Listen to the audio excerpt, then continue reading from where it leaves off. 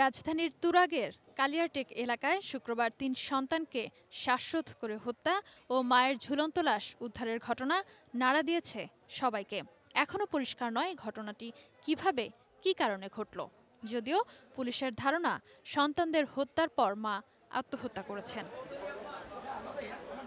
একই ধরনের উদাহরণ গত বছরের ২৯ ফেব্রুয়ারি রাজধানীর বনশ্রীতে ২ শিশুকে শ্বাসরোধ করে হত্যা, যার দায় স্বীকার করেছেন মা জেসমিন।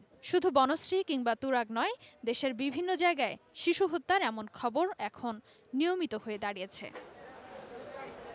বাংলাদেশ শিশু অধিকার ফোরামের হিসেব বলছে, ২০১৭ সালের জানুয়ারি থেকে মার্চ মাসের মধ্যেই হত্যার শিকার হয়েছে ৮৯টি শিশু।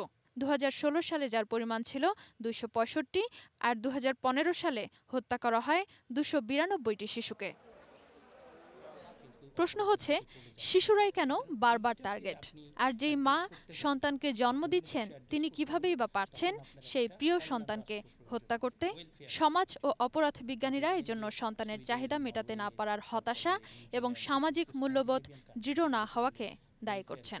এই যে পারিবারিক অশান্তি, হতাশা থেকে যদি এই ধরনের ঘটনা ঘটে, সেক্ষেত্রে আমি মনে করি যে এটা সমাজ এবং রাষ্ট্রের ব্যর্থতা। অপূর্ণতা থেকেও এই ধরনের যে নিজের মধ্যে নিজের একটা অনাকাঙ্ক্ষিত অবস্থা তৈরি হয়, একটা হতাশা তৈরি হয়।